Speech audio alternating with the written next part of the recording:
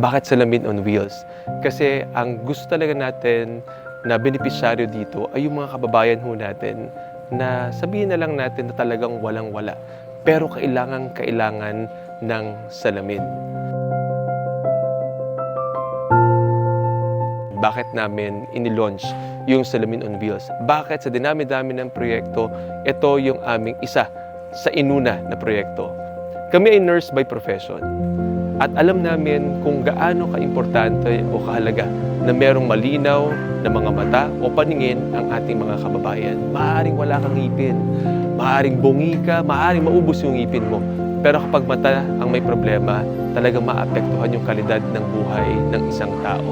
So kaya minarapat namin unahin ito sapagkat among all or among the many health problems ng ating mga kababayan, ito kasi yung isa sa masasabi natin na neglected problem. Kasi pag halimbawa, kagaya na lang ng ating mga kakilala, kapitbahay, kapag halimbawa at medyo may naaaninaw pa, okay pa yan, hindi mo na magpapacheck up o magpapacheck ng mata. Kasi hindi naman din ho talaga biro na magpagawa ng isang salamin. So kaya ho sabi naming mag-asawa, sige, subukan natin na ibaba itong programa na to sa ating mga kababayan na makatugon tayo sa problema nila sa paningin.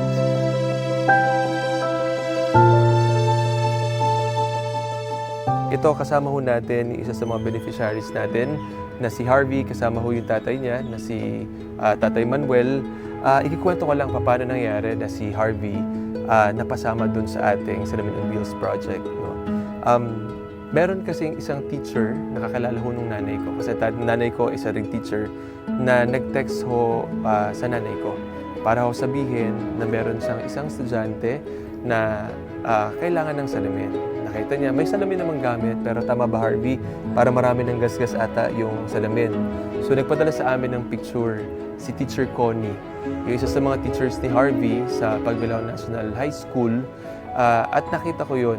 Wala siya sa initial list ng beneficiary, pero nung nakita ko yung kanyang salamin, ang sabi ko kagad sa nanay ko, kontakin natin.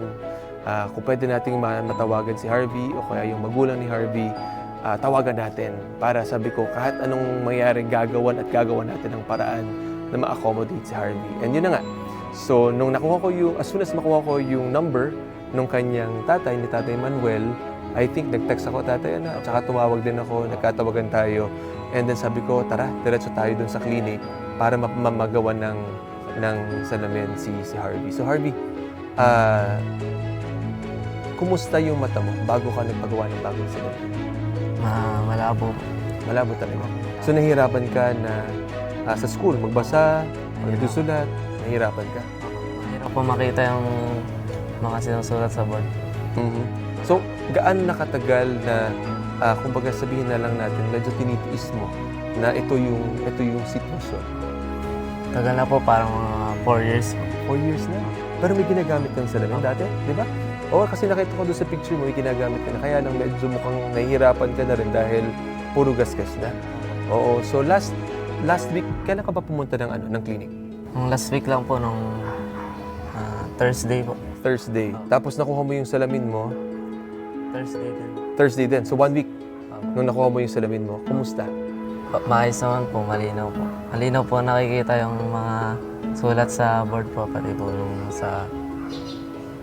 yung mga PowerPoint po sa TV na ginagawa ng mga teachers. Alam mo, masaya kami na natulungan ka ng Salamin on Wheels. Sabi ko nga, madami kaming nakikita, marami kaming nami-meet na mga beneficiaries natin. Pero talaga yung kay Harvey,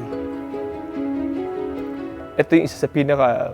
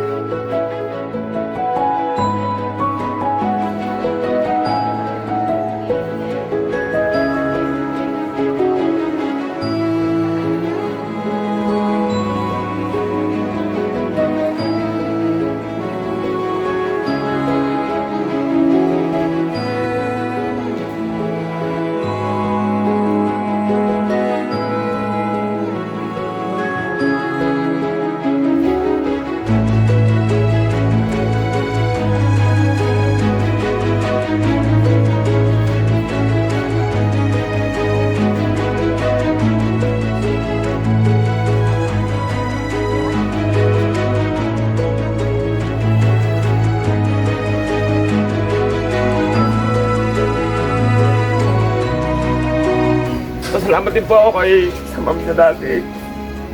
Kay Ma'am Connie, kasi in-repair nga po siya. Yun, nagkaroon po siya ng bagong salamin. Kaya maraming salamat.